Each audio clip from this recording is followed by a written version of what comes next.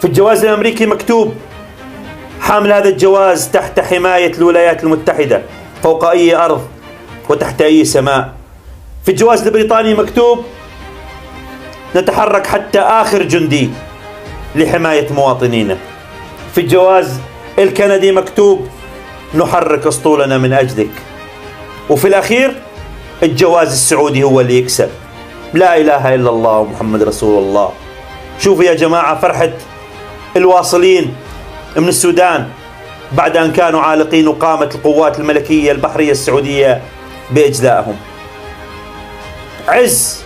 عز يا مملكة العربية السعودية. خادم الحرمين الشريفين الملك سلمان بن عبد العزيز حفظه الله، القنصل الليبي، ليبيين، بريطانيين، أتراك، أمريكيين، عراقيين، سودانيين، سوريين، من كل الجنسيات دون النظر إلى عرق أو لون أو جنسية.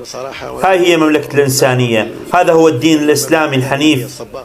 اسمحني انه شوفوا يا جماعة هذا القنصل الأمريكي. الرئيس بايدن من يوم السبت بنحب نشكر المملكة العربية السعودية، بنحب نشكر زملائنا وشركائنا هون بالمملكة لكل مساعداتهم لوصول المواطنين للولايات المتحدة الأمريكية اليوم. احنا كتير مبسوطين بالتنسيق وكتير متشكرين للمملكة لكل مساعداتهم. الله أكبر. على مستوى عال جدا. نائب القنصل العراقي.